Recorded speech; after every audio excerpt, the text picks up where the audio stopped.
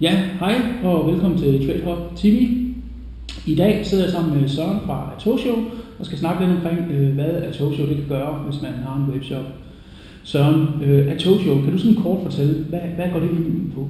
Ja, vi er en markedsplads, ligesom eBay og Amazon kan man sige, men det der er unikt ved os, det er, at vi er en distribueret markedsplads. Så du kan integrere din webshop med vores system, og så kan vi lægge dine produkter ud på en masse forskellige websites. Forestil dig, at du sidder og læser en artikel omkring en bestemt rødvin for eksempel. Så kan vi nederst i artiklen sætte en købsknap ind, eller et link i selve teksten, eller aktivere et billede for salg. Og når man så trykker på det, så kommer der en butik frem, enten oven på selve artiklen, du lige har læst, eller som en del af artiklen, så man skubber artiklen ned. Det vil sige, at vi er en markedsplads, som er distribueret, og du kan købe produkter direkte af det medie, som du sidder og læser om produkter på. Okay. For eksempel. Så jeg forstår det sådan, at hvis nu jeg vil sælge den her rødvin på min webshop, så kan det være, at inde på fritidsliv.dk, at der sidder man og skriver omkring en rødvin, og i den tekst, der står derinde, der klikker man simpelthen på teksten, og så kommer der en shop op. Hvor kommer den shop op hen? Det kommer direkte frem oven på den tekst, som du har siddet og læst. Det er det, der er unikke, og det er faktisk derfor, vi har vundet over Startup i Danmark 2012, Trends Online, som har kåret os til det. Det er for den her unikke idé med, at du bliver på det sted, hvor du er. Hvorfor det er vigtigt? Folk er så trætte af at blive smidt rundt til højre og venstre i internetuniverset. Lad folk blive, hvor de er. Så når der er en købsimpuls, folk gerne handle, få lov at gøre det med det samme. Ja. Det er det vigtigste ved med det her. Er det så min egen design, eller bliver man i det design, hvor man er på, altså hvis man nu er på fritidsliv, jamen så vil det stadigvæk lukke lidt af lejrebål? Det vil det gøre. Ja. Så der vil stå fritidsliv oppe i hjørnet af selve butikken, og det vil sige, at det er vores skabelon. Vi sælger bare produkterne ind i en form for skabelon for dig. Okay. Så det vil også sige, at vi hjælper ikke dig med at få mere trafik på dit site. Det er ikke det handler om. Vi er en salgsplatform, så vi sørger for, at du får noget mere salg igennem. Okay. Men hvordan fungerer det så? Fordi nu, lad os nu sige, at jeg sælger 100 af de her rødvine på fritidsliv.dk. Hvordan fungerer det så? Altså, hvor bliver varerne trukket hen? Hvordan får jeg besked om, at nu er der solgt 100 rødvine? Man laver en fuld integration med din egen webshop. Vi har for eksempel lavet et Magento-modul, vi kan lave et PrestaShop-modul. Så hvis du har en af de platforme, så har vi allerede en plug-and-play-løsning, der tager kvarter og komme i gang. Og så laver vi en fuld integration, det vil sige, der er et produktfeed ind til vores system, så vi kan præsentere din vare med, hvor mange der er på lager, og alle dine billeder og produktteksten og alle de her ting. En Trustpilot-rating, hvis du har sådan en. Okay. Og så laver vi en order management integration, og det betyder, at vores systemer kan snakke sammen. Så når der er en ordre, så bliver den jo håndteret i vores system, og ikke på din eget site. Det er meget vigtigt.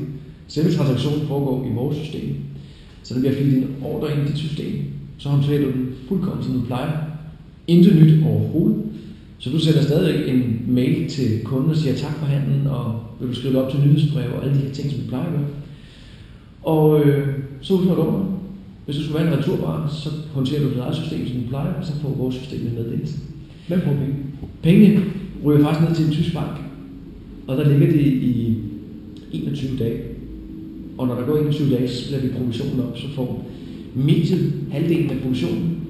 Og det er der, hvor vi gør det her, det er fordi mediet hele tiden får halvdelen af provisionen. Man tager på en anden halvdel, og så får du resten af penge tilsat.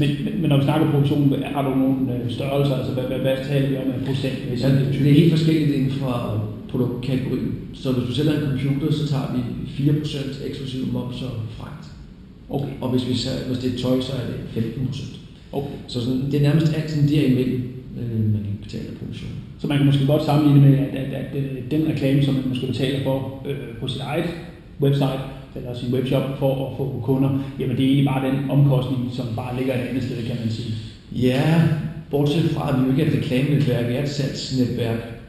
Så man betaler, hver gang der er et salg, er der en provision, og det er så også det eneste, der er. Ja.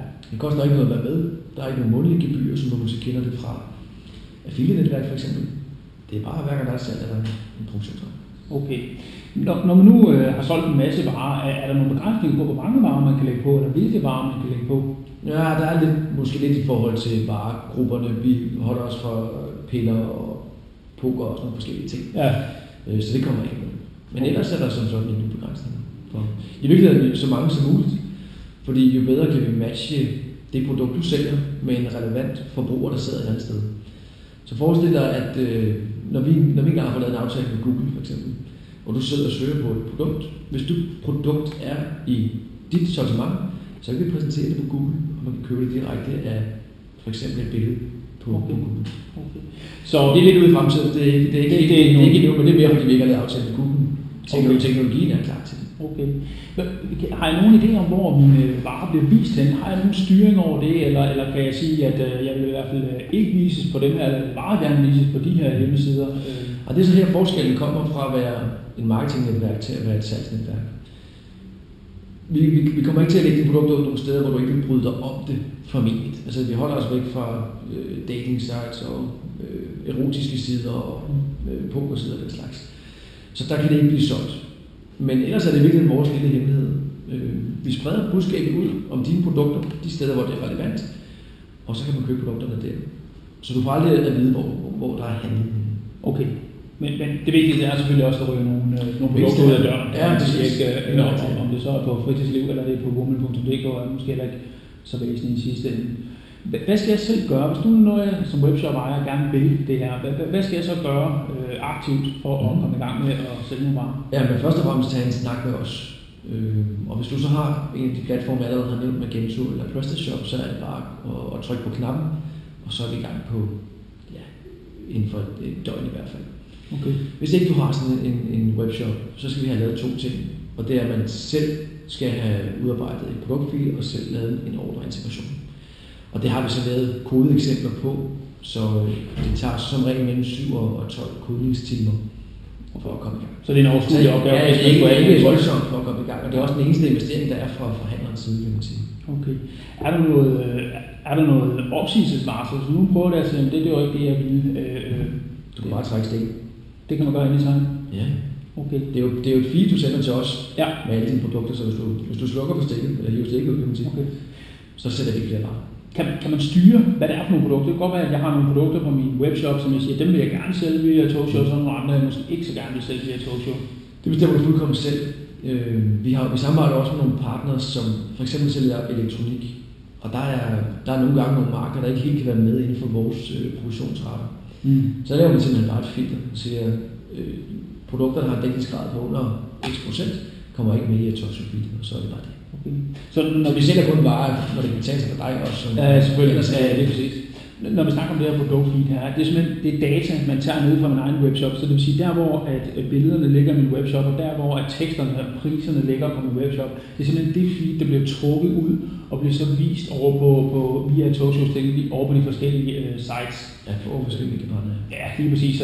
Så jeg skal ikke stresse med, at hvis nu ændrer en pris eller en tekst, så skal jeg ikke stresse mig, for det kommer automatisk. Den ændring kommer med over. Alt sammen er fuldt automatisk, ellers så fungerer det ikke. Det er nødt til at være real-time opdateret hele tiden. Okay. Og det er jo også vigtigt at sige, at det eneste arbejde, der er for dig som forhandler, det er at integrere med os. Vi har alt arbejdet med at snakke med alle medierne, sørge for at komme ud de rigtige steder og sådan noget. Så det er vores del af arbejde, det vi får vores cut for, kan man sige. Ja. Udover selvfølgelig teknologien, som er en meget stor del. Okay. Jamen så jeg tror sådan set, det var nogenlunde det. Tak skal du have, og jeg håber, at der er en masse andre, der har fået lyst til at bruge af Togshow. Jeg synes, det lyder som umiddelbart som en god idé. Det er godt. Det er super.